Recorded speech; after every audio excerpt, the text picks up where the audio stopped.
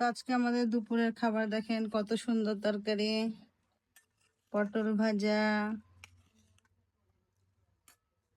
আলুর ঘাটি, মাছ দিয়ে আলুর ঘাটি। ঈশান আর উদয়ের জন্য ডিম দিয়েছি।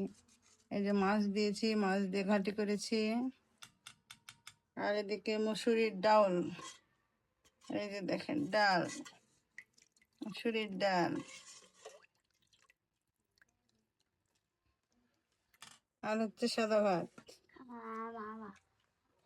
আপনাদের ভাইয়া খাওয়া শুরু করে দিয়েছে অলরেডি।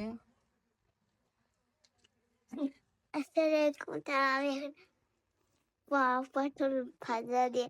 ঈশান আছে কি দিয়ে ভাত খাবা বলা? পটল ভাজি। খালি পটল ভাজি দিয়ে? না, আর ডিম আর কেমন লাগবে ভাত খেতে? খাইনি, এখন খাবো। এখন ঈশান পটল ভাজা দিয়ে ভাত খাবে।